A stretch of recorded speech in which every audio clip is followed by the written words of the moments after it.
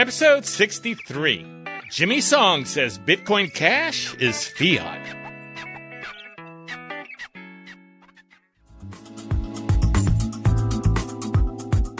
Interested in Bitcoin? Bitcoin is a very vague concept to a lot of people. Need to know more about cryptocurrency? We're going to talk about the basics. This is something that people just have no idea about what crypto is. How about buying, selling, and mining? Tony, I think that's one of the things that's going to make us a little different from some other shows. We're getting our hands dirty. Then listen to Gary Leland and Tony Sakala, better known as the Crypto Cousins, on the Crypto Cousins podcast.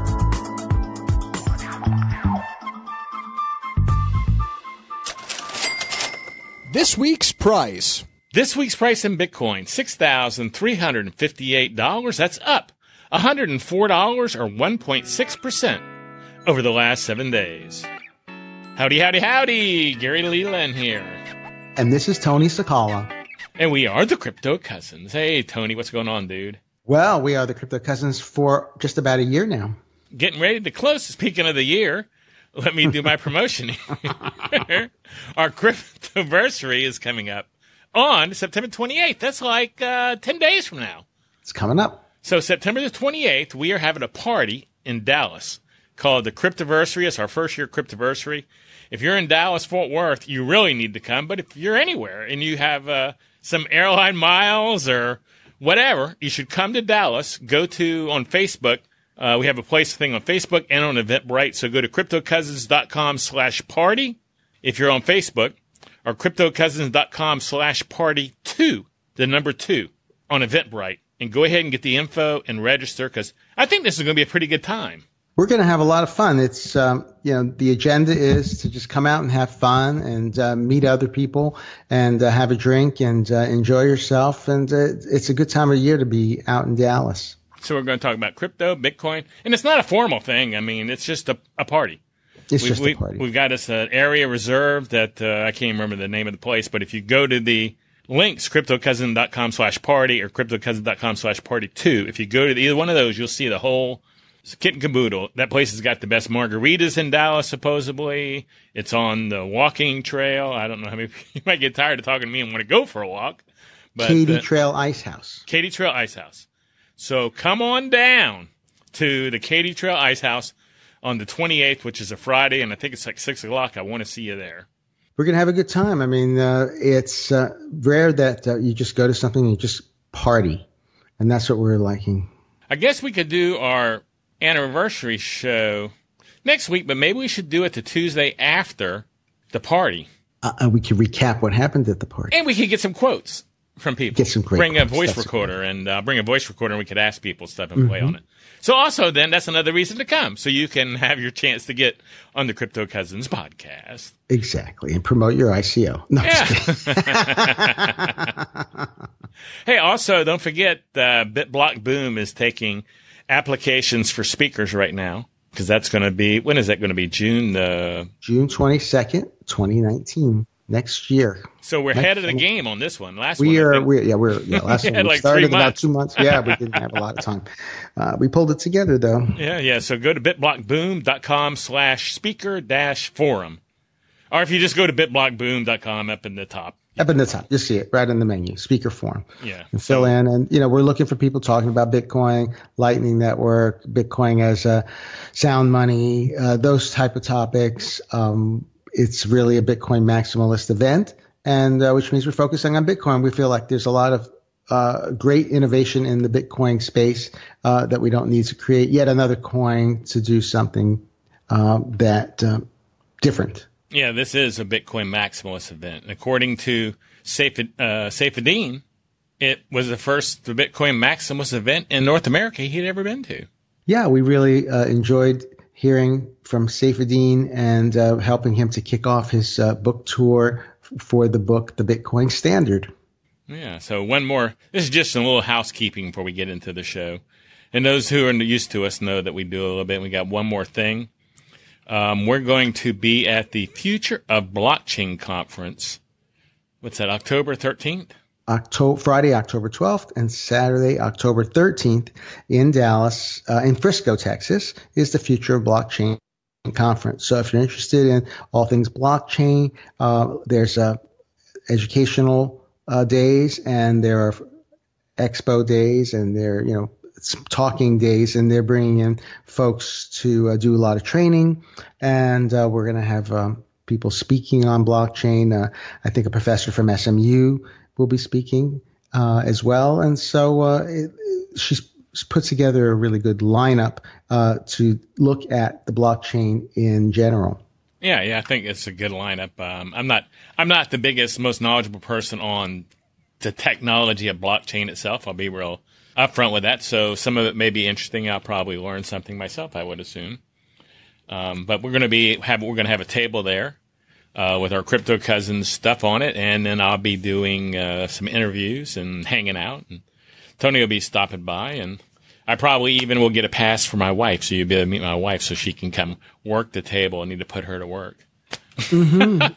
She's really a good closer, that's for sure. She sold a lot of T-shirts at our conference. Yeah, she's a salesperson. She was selling with her dad from the time he owned a radio station, so he sold stuff all the time, advertising. So she was out with him as a little girl, making the calls. Make sure and check that out though at futureofblockchainconference.com. It's kind of a long domain, isn't it? It is, but it says exactly what it is. It says exactly what it is. It's not like Richard's name was his event, the Bitcoin, Ethereum, Blockchain, Super Conference, and more. Something. That was a long damn name. That was a long name. That was another one. Yeah. Exactly. But check that out. But we're excited, and we're speaking in Austin, maybe. Later in October. Yeah, both of us are supposed to have different speaking sessions at the Texas Bitcoin Super Conference. I don't even know when that is, but that's coming up. Weekend of October 27th-ish. Everybody I talked to about that doesn't know anything about it. I was talking to someone who's into crypto that lives in Austin the other day, and they were going, I don't know anything about that. And I said, well, it's happening in your town, and you're in crypto. You might want to check it out. So hopefully that conference makes, because we're both speaking. You're speaking on what, mining? Mining. Mm-hmm. Well, that's kind of a dead subject. Oh, no, maybe I'm speaking on what is Bitcoin. Bitcoin. I don't know. What you're speaking on? I think I'm speaking on Bitcoin. It's not what you think. Oh. That's my other talk. Mm-hmm. Well, I'm speaking on crypto wallets, I think. Yes, I do recall that. So mine is pretty easy to do. So I guess that's all our housekeeping today. So that was pretty short and sweet for us dudes. If you're a first-time listener, that was really short and sweet. So let's get into Jimmy's show. I saw Jimmy, and you saw it too, but I saw him. He was on a crypto cruise debating Roger Ver, and the debate was Bitcoin Cash versus Bitcoin. I really enjoyed Jimmy's part of his debate. I thought his debate was really, really well done, and he had titled he was coming out swinging, saying that Bitcoin Cash is just fiat money. And I thought he did such a good job, I contacted Jimmy and brought him on, and you saw that, right? I saw that Jimmy wrote on Medium that Bitcoin Cash is fiat, and then I didn't see the broadcast until the day of that we interviewed Jimmy. And I thought that it was an interesting circus. I actually thought it was a circus, and I think that the circus atmosphere was engendered by Roger Ver. He is very manipulative, and he knows exactly what he's doing. I think he's smarter than people think. And I just thought it was interesting to watch it from that perspective. Here Jimmy tried to come out and be a gentleman and have an actual debate like they, used to do. What was it, like the Douglas versus Lincoln debate or something? He wanted to, and it didn't turn out that way. It was like a circus. So it's very good to watch, to see, what can happen when you approach someone who doesn't play by any rules. And actually, as I mentioned to Jimmy, I think he plays by the 48 laws of power, which is a Machiavellian type of strategy. Yeah, that's all above me.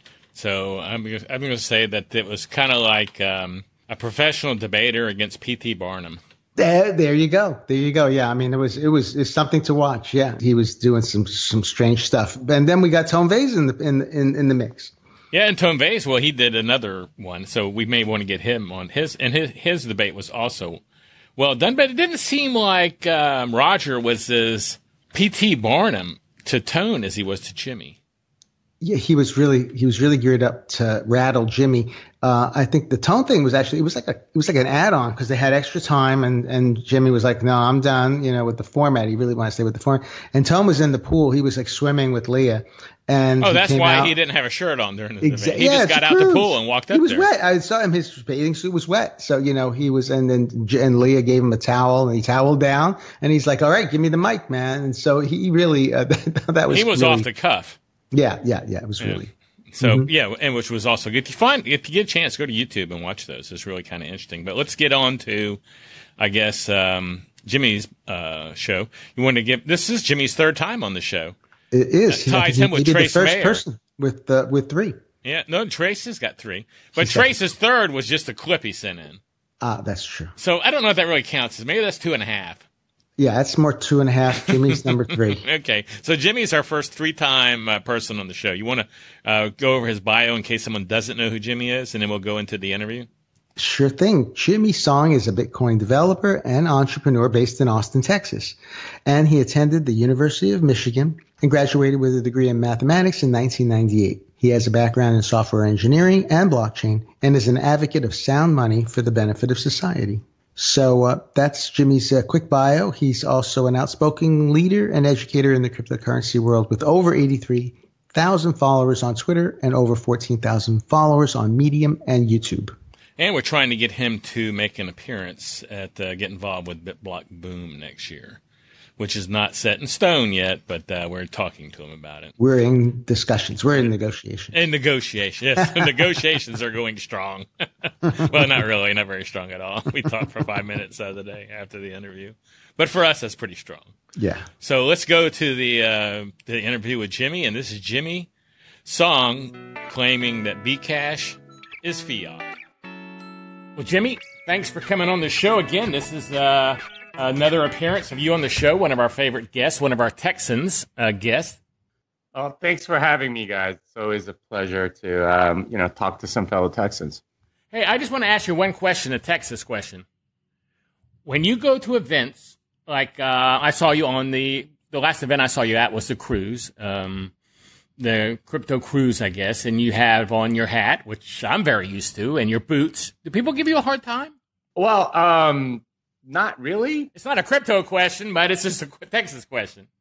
Yeah. I mean, there are people I think that get offended by that. I'm not sure why. It's more that they're offended by me and they blame the hat and boots and call me a clown or something. But okay. That doesn't really bother me. I mean, like these are probably 300-pound guys in their mother's basement or something that are typing it out on Reddit instead of saying it to my face. So I don't really count them very much. And have spent no time in Texas, obviously. Yeah, and I don't know. Some people just get offended by Texas for some reason. So I mean, I don't know. I like I don't want people that wouldn't like me in real life to just like come up to me. So like that kind of keeps them away, I think. So I'm fine with it. Hey, that sounds like a good point. Well, anyway, I saw you. I came home last night, or maybe the night before last, and turned on my YouTube, which is now all I seem to watch is crypto stuff on YouTube. Where a year ago I didn't watch YouTube at all, and now that seems to be all I watch. And here's Jimmy versus Roger Ver in a debate about Bitcoin versus Bitcoin Cash, and which I thought you did such a good debate, though. I mean, I like the way you did the debate. You did a Lincoln Douglas style debate where you both had like 10 minutes and 5 minutes and question. I just liked the whole way you did it. I thought personally you won the event, the debate, but that made me contact you immediately. The next morning I contacted you and said I loved your topic and wanted to have you on the show. And you had, in your part of the debate, brought up that Bitcoin Cash was a fiat money and gave your reasons. And so I wanted to just get the conversation going because I thought that was such a good conversation and I thought you presented your case so well. Well, thank you very much. You're really too kind. I did prepare quite a bit for this debate because, as you guys know, I debated Roger back in December, or he was more like a guest on my YouTube show, and I don't know. It didn't go exactly the way I wanted to, and I didn't call him out on a lot of the stuff that he was saying because, I was trying to be nice and stuff. So I took a lot of time to prepare, and I published like everything I said in that speech. Pretty much, I put up on Medium, along with some rebuttals that I had for points that I thought he was going to make. And I did this. I've been working on it for a few weeks and make sure that I phrased it the right way. That I made the right analogies and so on. A lot of people seem to get, there's a bunch of people on the Bitcoin Cash side that are like, oh, Jimmy doesn't know what fiat money is. Yes, I do. Yes, I do. They seem to think fiat money is just something that can't be converted to gold or something like that. And that's kind of a very old definition. A more modern definition is a money that is controlled by a central authority, that can some sort of authoritarian thing. That's, I thought, what would hopefully convert a lot of the libertarian types that would be listening in on the debate. I wanted it to be a little bit classier than sort of the Jerry Springer style, fighting that happens whenever Roger gets on stage with somebody. Unfortunately, that didn't really work. From the get-go. And you guys didn't. It's not on video, so it's not obvious. But so we were supposed to start at like 1 p.m. and apparently like the cruise people like just didn't allow everything was like kind of running behind.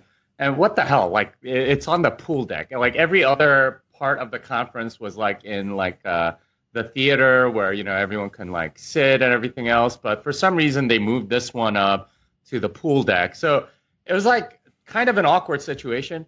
And because like everything was running behind, there was a guy that needed to go and present his like 15-minute spiel before me. So I got there, like 12:45 or something. Roger shows up at like 1. And we just sort of have to wait while this guy is talking about, I don't know, I don't even remember what it was. It wasn't just him on the cruise. He brought like his entire company. There were like 9 or 10 people, all just sort of like surrounding me, right? Like, I'm like, what the hell is going on? There's a guy with a camera. Roger's got like a microphone. There's like several people just sort of like backing up Roger.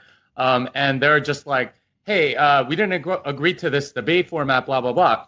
And of course, like, he agreed to the debate like a month ago. I talked to him in the hallway like a few days before. I talked to his staff, like, a bunch of his employees like the day before because I couldn't find him. And he's now like right before, like 10 minutes before the debate. It actually should have been like right when the debate started. He's like complaining about it and like sort of trying to agitate me. I think that was really the point of it, which is what all TMZ cameramen do. So he like for 15 minutes before the actual video begins that you guys see, he's just like pointing a camera at my face, like just trying to get the debate on his terms rather than my terms. And that, I was obviously kind of like, what the hell is this guy doing? And the thing is, he'd been doing that the entire cruise. He was trying to like instigate people. I think like he was just kind of in a mood to fight. So I did get kind of agitated, and it was on a pool deck and everything else. So that's that explains something to me, Jimmy, because when you gave out the rules, you spent 2 minutes saying the rules. This is a Lincoln Douglas debate, 10 minutes, 10 minutes, 5 minutes, 5 minutes, 2 minutes, questions, whatever. Roger came up and wanted to introduce himself because you had. And I don't even know if you actually even said your name.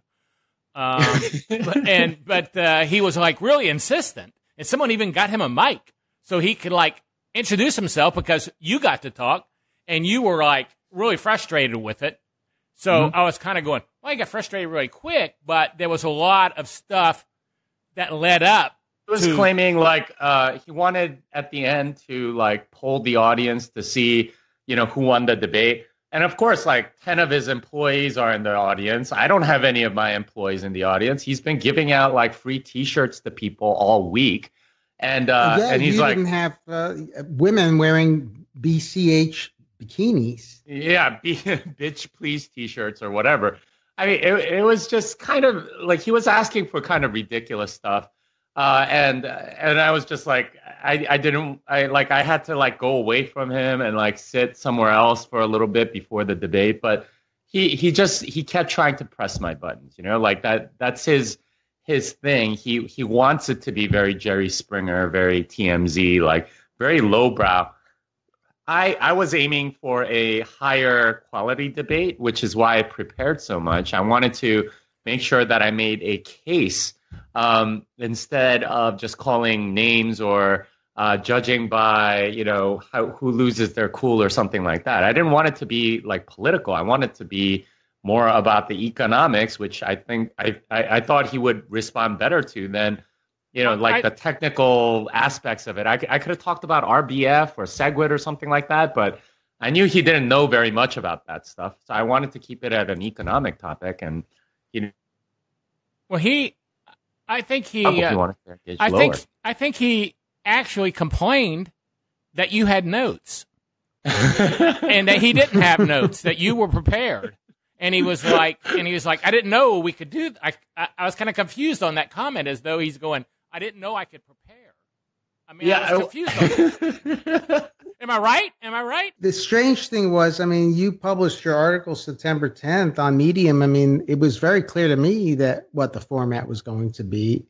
I published it so I published it maybe a couple hours after the debate. So I see. But all of his employees, I was on another panel later that day, and one of his employees was like, "Hey, but you had notes. You were speaking from a piece." Yeah, that's what I'm saying. Well, Roger didn't get to prepare. I'm like, and whose fault is that? Like, that's not my fault. That's your boss's fault. Your boss didn't go and prepare. So yeah. I don't know. They're trying to cast it as sort of like some unfair thing, despite the fact that they go up and ambush people all the time with their cameras now. It just seems very hypocritical, and I don't know. It was just. I had never met Roger Ver until this cruise, and up until this point, I always sort of thought of him as somebody that was a little naive, but still pretty sincere in what he wanted. I'm not sure that's like the right impression. That's not the impression I get. Yeah, it's something else, and I don't know. I don't know what it is, but it isn't what I had thought it was. Well, I thought, like I said, I thought that was very strange, the whole debate. I thought you were very well planned. You had your point sure to make. You were trying to cause a debate, and then it was, to me, even at the beginning, as though he was trying to fluster you. It seemed like you saw that with the agitation of everyone seemed agitated, and then he slid his chair right up to the podium.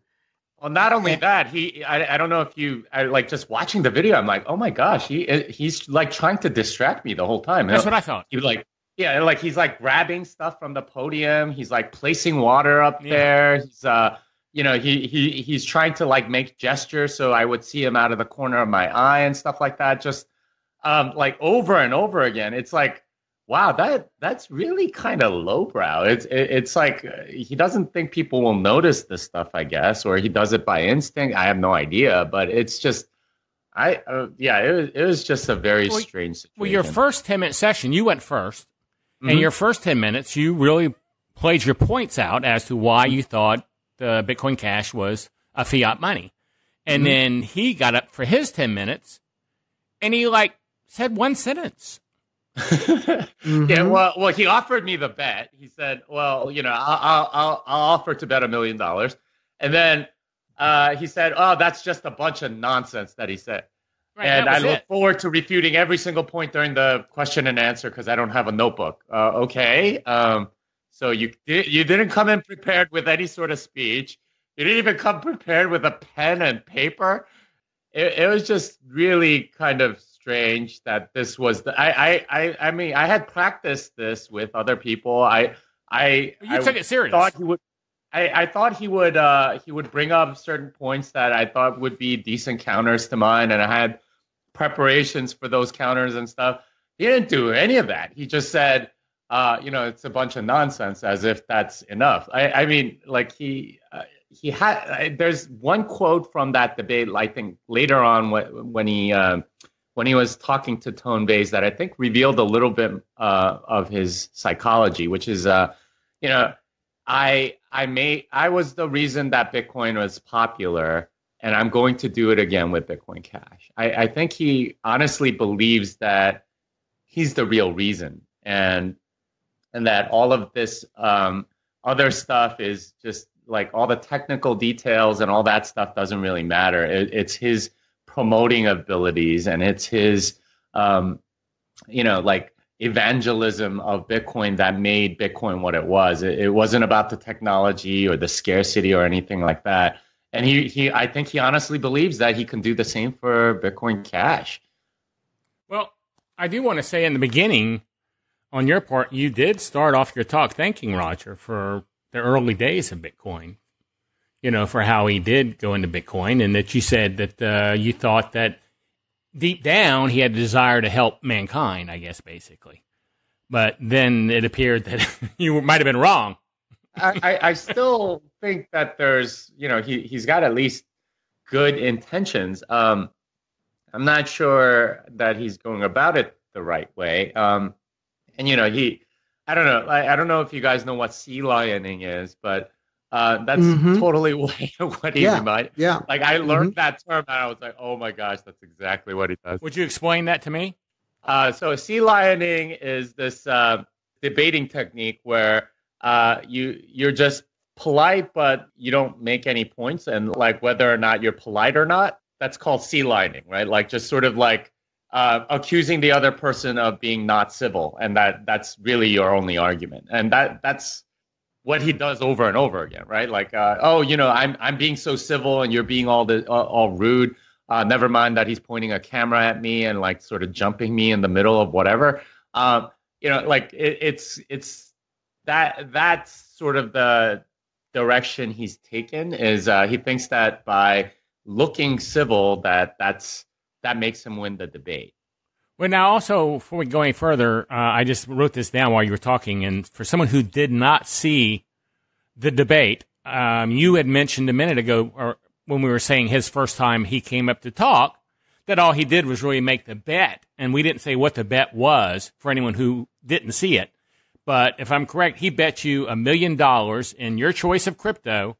Apparently, he didn't think so. I have to go back to my people and check these numbers. So I mean, this is exactly what Roger's going to do. I mean, you can always tell when people don't really believe their position because they're just sort of like hedging or hemming and hawing. And like one of the big indicators for me that like I was pretty sure that Joe would never bet me was when I said 100 Bitcoin and he goes, that's it. That's typical. That's a very typical response of somebody that wants to like sort of get out of the bet. It's a way by like sort of changing the terms or pretending that it's too small for them. That's a way for them to get out. That's usually how people that are trying to get out of something think. So, well, Laura thought y'all were coming on to do the bet too, though. So it wasn't just you. Laura was the same way, I believe. She's going, wait a second, I thought this is what this was. This was the get down, let's get it done. Yeah, that's exactly what I thought. And that's another bet, too, so that didn't mean to take us off. People usually propose bets when they don't really have arguments, and I think that's what Joe was doing. I think that's what Roger was doing. They don't really want to like attack the substance, so they want to still sound serious, so they go, okay, well, I'll bet you that you're wrong. But of course, they don't end up following through. So it's all sort of empty bluster on top of empty bluster. So I don't know. It's just. Well, I really just I don't know why, but it really stuck me to the screen. Another point that you made during your talk that I thought was really good as to how it was centralized. Our Bitcoin Cash was centralized as to Bitcoin is the fact that there's a central entity promoting it. Yeah. There's no company promoting Bitcoin. They aren't giving out T-shirts. Bitcoin doesn't have a company that is in charge of buying hats or running advertisements or anything. Yeah. And you know what? Every other altcoin, every other coin than Bitcoin, like has like a foundation or somebody that's like promoting the hell out of it. including like if you're a small coin, they'll go and like pay an exchange to list them, right? Like stuff like that. It's just so prevalent in this industry that people take it for granted. But the only actual decentralized one is Bitcoin. You have people like Roger and Jihan just promoting the heck out of Bitcoin Cash. They are funding all sorts of companies that don't make any sense merely because they're on Bitcoin Cash. And this is common with Ethereum, EOS, and Neo. They'll go and fund companies to build stuff on their platform because they don't have anything. They don't have anything. So they're like, okay, well, if we can just pay somebody to build it for us. That's the kind of, and of course these companies aren't like the best companies, right? Like they're just in it to collect the paycheck from these guys. So you end up with very poor quality companies. I don't know if you guys saw the launch of Money Button, but that thing is a complete disaster. It's by it's by Ryan X Charles, who did yours.org, but he launched it. You literally can't do anything on there, and it's a completely centralized system. Guess who they're funded by? They're funded by BitMain. Wow. They're and it's not unlike government subsidies, right? Like this is Bitcoin Cash subsidizing these poor companies that would never make it in a normal capitalist economy. Instead, they're getting subsidized by these giant, central bank-ish, like government-ish kind of entities, and they live this like sort of like dependent existence instead of like actually winning on. True of like a lot of other companies too, right? Like all these things building on Ethereum or EOS or whatever. They're a lot of them are kind of zombies. They don't actually produce anything, and they're getting subsidies off of these networks that are sort of paying them to keep going. So I don't know. There's a lot of inefficiency out there, and it's not unlike what happens when government intervenes in the market. It's very much skewed incentives and all sorts of things like that, which thankfully we don't have in Bitcoin, but it's prevalent in Bitcoin Cash and EOS and Ethereum and all these other places. Whenever like this show, Jimmy, when this show goes up, I will have more comments on this episode from Bitcoin Cash people than the total comments on the last 10 episodes. This happens every time. Like I do every morning a show, the 4-Minute Crypto Show. And it's 4 minutes. And I go over one news article. And if the news article is about Bitcoin Cash and not in a good light, I'll have 4 or 5 comments on there about how I don't know what's going on. It's old news. It's, all this stuff from Bitcoin Cash people. They are very protective and defendant of where Roger was saying it was the Bitcoin people who were. I've said bad things about Bitcoin on my shows, and I've never had a Bitcoin person come in and make bad comments. And I think what you're discovering is that this is what happens when your coin is centralized. Right now, if you can't be a Bitcoin Cash fan without also being a Roger fan, because Roger is the leader of Bitcoin Cash right now, right? Like, and you can't be an Ethereum fan without also being a Vitalik fan, because Vitalik is the leader of Ethereum. And you guys are sort of like in the media or reporters or whatever. Like, if you needed a quote about Litecoin, who do you go to? Charlie. Yeah. I mean, it's so obvious that like all of these coins have a clear leader. It's centralized around this person, and when you're centralized, you have to defend your leader because your leader represents the coin, and it isn't necessarily about the tech or anything like that. It's about defending the person that represents the coin, which is a very centralized mindset. Like you can't really be like a Democrat without supporting I don't know, Liz Warren or somebody, right? Like they're very like linked together, and this is what happens when you have centralized power. With Bitcoin, like nobody really cares if I say whatever because I don't represent Bitcoin. I'm not a leader of Bitcoin, right? Like I could go away tomorrow. Nothing really bad would happen to Bitcoin. But Roger goes away tomorrow. Oh man, is Bitcoin Cash in trouble? Jihan goes away tomorrow. Oh man, is Bitcoin Cash in trouble? Amaray Sachet goes away tomorrow. Yeah, is Bitcoin Cash in trouble? With Bitcoin, it's like, well, any one person can go away. It doesn't. Nobody really cares because that's not what Bitcoin is. It's not wrapped around a particular person. So for Bitcoin Cash people, like Roger and Bitcoin Cash are so inextricably linked that they will defend them on anything. He could say the sky is yellow or sky is green or whatever. I don't know. He could say 1 + 1 = 9 or something, and they'll defend that because it's not about the technology or anything like that. It's about a tribal thing. They're also, besides being in the tribe, that they really they're paid shills. I mean, these people are being paid like the Dash people were being paid to support. And Roger did a lot of support of Dash. I just learned that recently. I didn't realize that he was supporting Dash very, very much. And so these paid shills are, that's what they do. They say they're not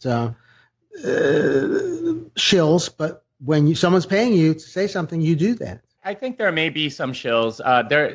Pretty much anyone that holds Bitcoin Cash has to be a shill. That's their main strategy, is to discredit Bitcoin so they can become Bitcoin themselves. That's their hope. It's a lot of wishful thinking. And I've seen this sort of behavior among Ethereum people as well. They think that if Bitcoin dies, then they get to be the king or something like that. And not as blatantly as Bitcoin Cash people, but there's definitely something about that. But again, this is their strategy, right? Like they want to discredit Bitcoin and have this. They think that by discrediting it, they'll win. And I don't think that's how this stuff works. And this is their strategy right now. They're taking their lead from Roger Ver. But I mean. They can try whatever they want, but the market's, I think, a lot smarter than they are. One of the points you made, or one of the questions you asked, at the end, y'all both were asking questions back and forth. And I thought this was such a good question. And Roger was like, that's a stupid question, which I guess if it was a good question, you would expect that to be the rebuttal. But you asked him if Satoshi was God. And I was like, oh my gosh, that's such a good question because of the way he's talking about all these things that Satoshi wanted as if Satoshi was never wrong. And you pointed out the one-offs and other errors in Bitcoin that they didn't even fix when they did Bitcoin Cash. Yep. And so I just thought that was such a good question and point you brought up. Yeah, he does sort of appeal to Satoshi quite a bit. And the big thing that I wanted to point out there is that this is all emotional manipulation, right? It's associating himself with Satoshi. And Craig Wright's trying to do the same thing with, Bitcoin Satoshi's vision or something like that. It's not about the ideas or the economics or the technical stuff. It's all about emotional manipulation for him. And that to me is kind of sad. I think that's a very low view of humanity. I think people aren't that easy to manipulate, and they want real value, not like clown things like he's doing, just sort of performances or he's using every political trick in the book. I don't know if they think that by discrediting me they discredit Bitcoin. Like I said, I don't represent Bitcoin, so discrediting me just first of all in the best case scenario only discredits me. It doesn't discredit Bitcoin at all because I don't represent Bitcoin. But on the other side, the downside for them is that if they fail to discredit me, they just look bad. Which I hopefully that's what happened. But it's this is what happens when you have a centralized system like Bitcoin Cash. Is that instead of it being about ideas and merit, it becomes sort of this personality political thing. And that's what Roger was trying to do. He was trying to discredit me personally. It was about I don't know if you saw that question about have you read this particular book or whatever. Mm-hmm. And that was the stupidest question ever, because it's like, what the hell does that have to do with the ideas that we're talking about? And I like, that's exactly what I hate so much about politics. It's not about like this particular, random fact that it's about whether or not you can actually do the job. And it's just so stupid. And I was like, okay, well, I refuse to engage in that. And, they're trying to like rake me over the coals about it. But I'm like, I'm not going to engage in that at that level. I want to talk about the freaking ideas, not about whether or not you and, he, like, this is very Jerry Springer. I was very frustrated. Well, I have to agree. And you brought up something I didn't know during this conversation that you had with him. And I'm just going through some notes I made while I'm watching the air. See, I have notes too. See, I'm kind of prepared. I usually have pen notes. and paper, yeah. Every show I do, I have some notes written down. But you said this statement, and I didn't know this. There are 74 different hard forks of Bitcoin. Yeah. And Bitcoin God is your favorite. I thought that was so funny. Yeah, because every single one of them is centralized, including Bitcoin Cash. And people just they don't realize that you're giving up the most important thing for all of these other features. I mean, you're basically selling your soul to like paint your nails or something. It's a terrible trade. It doesn't make any sense to do. But I mean, a lot of these fork people think, oh well, yeah, well we got bigger blocks, so it's worth it. And it's like, no, it's not. And you just gave up decentralization, and that's the main interesting property about Bitcoin. If you give that up, you've more or less thrown out the baby. And in exchange for, I don't know, like a sock for the baby or something, you don't have the baby anymore. It's like kind of useless without it. Right. Well, I just enjoyed the whole conversation. I really did. I would recommend to anyone to get on YouTube. It's on my channel. Just where's that at, Jimmy? That's Off Chain with Jimmy Song. So you can go to my YouTube channel. If you search Off Chain, it'll be on there. And I cut off the beginning part, which everyone's distracted by, and I started with my speech, and then we end like right before Tone gets on, and Tone put his part on his channel. So Tone did a great job too. Yeah, he did. I thought he was really good too. I need to get in touch with Tone and get him back on here again. We love talking to Tone. He really educated us a lot. So yeah, I thought both you and Tone really covered your points so well. Oh, thank you. I really did. Is there anything, because I know I said about 30 minutes, I know we're over that now. Is there anything that you wanted to make sure you covered about it that we might not have brought up or anything?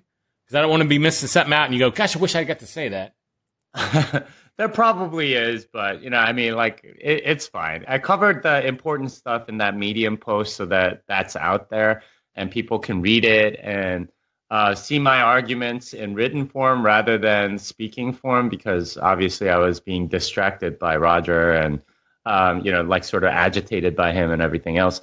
I don't think there's that much to say, and other than I'm probably not going to do this again with this guy. I mean, like just his behavior, just like he's not interested in the kind of debate that I would be interested in, and let's just leave it at that. But yeah, it was an interesting experience. We'll see who's right in a few years. Hopefully, he takes me up on the bet. I'm very pessimistic, but we'll see.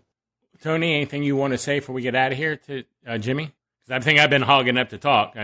Well, you were very excited about it. I just I watched it today as well, and I did. One of the things that I noticed is that Roger is a very, very brilliant guy, and I think what he's doing is he's using the 48 laws of power.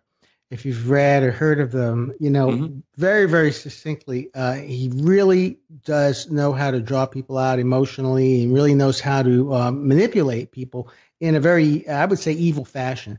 I think that Rogers, I think he's operating at the very highest levels. I think what he and Jihan are doing is very detrimental to the planet. And I'm glad you took him on and tried to show people what was happening here. But I think when you go against Roger in any way, shape, or form, he's going to come at you with a low blow and that sort of shenanigans. Well, then we should be hearing from Roger for this show. I doubt it. He kind of lives in an echo chamber. Thinks like I don't know. Like his minions will take care of us. Yeah, they'll be commenting on all that stuff, and I just sort of I've muted most of them on Twitter because it's suspicious how many of them have like 100 followers and that's it. It's like, okay, and they haven't been around very long. It's like, okay, well, you know what? Let's just mute them. They're not adding anything to the conversation. I know exactly what they're going to say, and they're going to try to get under my skin. So it's not worth it. Well, Jimmy, give everybody all the information where they can reach you at. I know you gave your website out, but I'll make sure everybody knows how they can follow you or about your classes you teach and everything. Anything you want to tell everybody? Yeah, so I've been working on a book, and that's actually what I did during the cruise. Was I locked myself in my room and worked on the book, except for the panels where I spoke and stuff. So that's going to come out pretty well. I got to finish it, but once it's finished, hopefully it comes out. But pretty soon afterwards, it's by O'Reilly and Associates. It's called Programming Bitcoin. You can follow me on Twitter at Jimmy Song, Medium at Jimmy Song, GitHub at Jimmy Song. I run a 2-day programming course where I teach developers about Bitcoin, and you learn about a semester's worth of information in 2 days. So I've taught over 400 people, and I've had very good reviews about it. I'm even adding new material even now, even though I've done it like 20 times. Next one is going to be in Prague. I'm thinking about doing one maybe after that in Austin or something like that. We'll have to see. We want to talk to you at another time about doing one next year in conjunction with BitBlock Boom, and set that up way ahead of time. So and have you your own room for 2 days at our hotel. Okay. But we'll talk to you about that later. But we want to definitely hit you up with that because, who else do we have? We have Pierre Richard and them want to do a classroom that day too. So we're thinking we might try to get a few people come in that want to do courses, and then when their courses are over, do BitBlock Boom. So that's something we'll hit you up with later. Okay, sounds great. Yeah, wanted to let you know about that. Well, I do appreciate you coming on the show, and this was, like I said, I really enjoyed that yesterday, so I had to get you on here as quick as I can. And this will go out Tuesday, and I guess this is the point where I say this song is over. Steal your line. This song is done. Wow! I even messed that up. Hey, Jimmy, thanks for coming on the show. Thanks for having me. Thank you, Jimmy. Good luck with the book. Well, welcome back.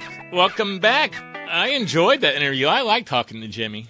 Yeah, Jimmy is a good guy, easy to talk with, and he gave us some really interesting insights into what was happening on board the ship. Yes, and things leading up to the debate. Yeah, no, it was interesting to get a behind-the-scenes look at it, and it was interesting to hear that he's working on his book. Yeah, I get a feeling that Jimmy doesn't pretty much screw around. He just does stuff and pretty much follows the rules, I think. Mm-hmm. That's the feeling I get. You have people in life who are rule followers, and you have people in life who aren't rule followers. I may fall into the second one more than the first one. I think I kind of like walk on the edge of the rules, maybe. I follow them, but I bend them as far as I can. Mm-hmm. But I think Jimmy is pretty much as a rule follower in this particular debate, and Roger was the non-rule follower. He definitely showed the contrast between, how to do these sort of debates, and it was just fascinating. So if you get a chance, listen to or watch the YouTube video, and you'll see exactly what Jimmy was talking about. Yeah, for sure. I want to do a little bit more of my job here. I've kind of been slacking today on these. Yes. There's not a lot of relentless self-promotion has been slacking. I got did I tell you about the email I got about how good I was at promoting, and the guy enjoyed listening to the show because he was learning how to promote because I'm so good at it. And I couldn't tell if it was like a dig or if he was being I serious. think he really looked up to you. I mean, he sees you as a P.T. Barnum. Yeah, I don't know. I just claimed that Roger was the P.T. Barnum, and so maybe that's not good. But I kind of like P.T. Barnum in all honesty, so I probably shouldn't have used that term with Roger there. I have a lot of respect for P.T. Barnum. In fact, I'm distantly related to P.T. Are you really? Yeah. Oh, come on. Are you really? Yep. My sister-in-law is his granddaughter.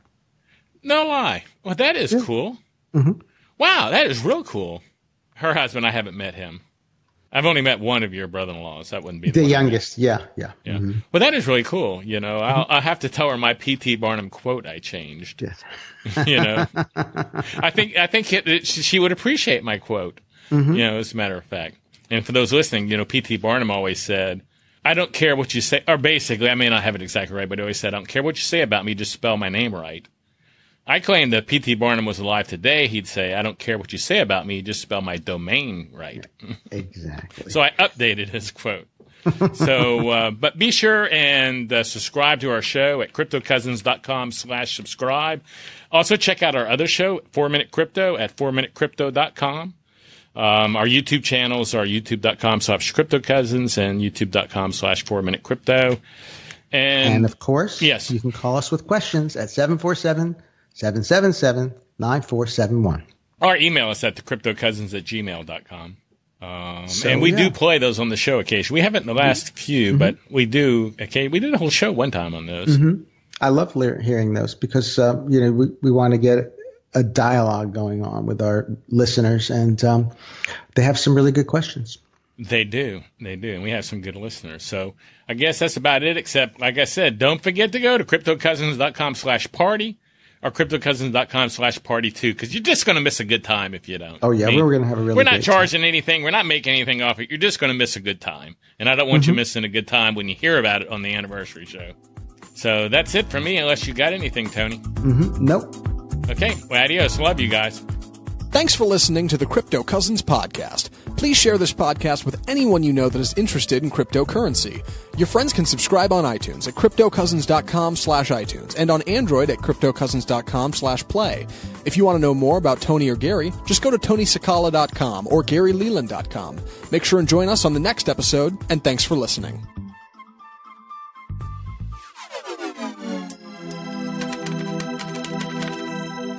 The Crypto Cousins podcast and information in the podcast are not intended as investment advice. Cryptocurrencies are risky. Never invest more than you can afford to lose. Always seek professional advice before making any investment. Investing in Bitcoin and other cryptocurrencies may present tremendous risks. Please understand that you are using any and all information available on or through the Crypto Cousins podcast at your own risk.